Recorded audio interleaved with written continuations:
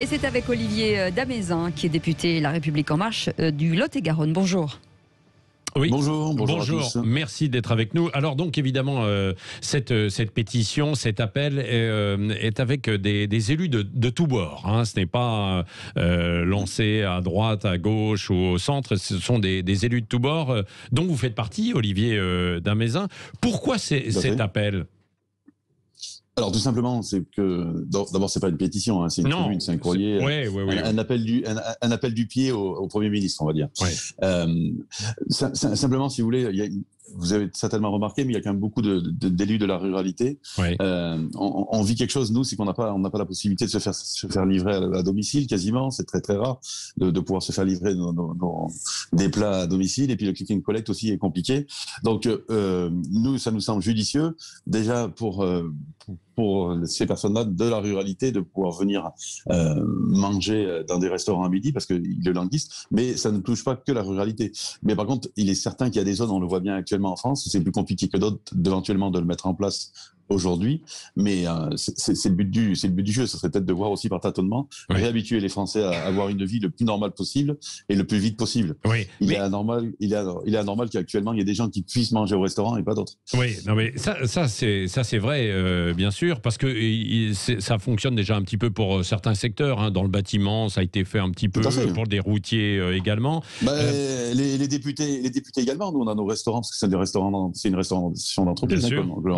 Nous à l'Assemblée nationale, et de toute façon, comme on part pendant 3 jours et qu'on n'a pas de moyens autres que, ou alors on se ferait livrer des repas, ce que l'on fait les uns et les autres, mais on a aussi la restauration, et d'ailleurs les gestes barrières sont vraiment très très très bien respectés. Alors c'est ça, sur un plan sanitaire, Olivier Damézin, comment essayer d'organiser les choses, parce que c'est un petit peu compliqué de surveiller l'ensemble des restos pour qu'il y ait des gestes barrières qui soient bien respectés, qu'il y ait des jauges peut-être dans les restaurants.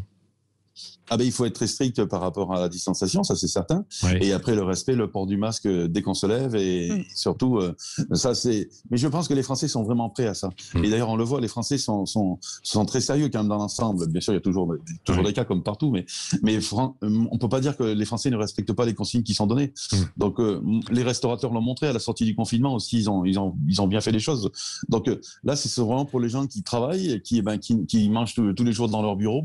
Je pense que à partir de fin mars, si l'on peut, si les conditions sanitaires le permettent, c'est vraiment de remettre en place. Et puis, pourquoi ne pas le faire par certaines zones géographiques, justement, pour se réhabituer, relancer les restaurateurs et leurs employés, parce qu'ils souffrent tous de ça. Oui. Il y a des gens, ça fait plus d'1 an, qui ne travaillent pas. Oui. Alors, c'est vrai qu'il y a aussi quand même une réserve de la part de certains restaurateurs et certains chefs qui disent attention, parce qu'une ouverture partielle ne permettrait pas d'amortir les coûts et les aides de l'État. Et dans ces conditions, il est préférable de rester fermé si on ne peut rouvrir que partiellement, quoi. Et ils ont raison. Est-ce que vous le répondez ? Oui. Ils ont raison, donc c'est à eux à accepter ou pas de la réouverture ou pas. Soit ils restent dans le mode actuel par rapport au confinement, les mesures en place, soit on les autorise, et dans ce cas-là, c'est eux à avoir le choix. Parce qu'après, il y a aussi une question de salle. Est-ce que la salle de restauration est suffisamment grande ou pas, qui leur permettrait quand même de faire un chiffre d'affaires important en fonction des clients qu'ils auront dans le restaurant. Oui. Et Olivier Damézin, il y a 1 mois avant ça, puisque votre proposition, elle est pour fin mars, hein, donc on peut imaginer ça fin mars ou mi-avril. Est-ce que d'ici là, il ne faudrait pas qu'il y ait des structures de mise en place pour essayer de voir quels restos peuvent ouvrir, dans quelles conditions également ? C'est pour ça que la proposition de Richard Ramos, parce qu'il faut quand même rendre à César ce qui est à César, c'est notre collègue Richard Ramos qui nous a lancé cette idée, donc on y a travaillé ensemble. Mais le but du jeu, justement, c'est de mettre la date butoir qui est maintenant dans 1 mois, fin du mois, puisque nous sommes le 1er mars. Donc ça laisse vraiment le temps de s'organiser.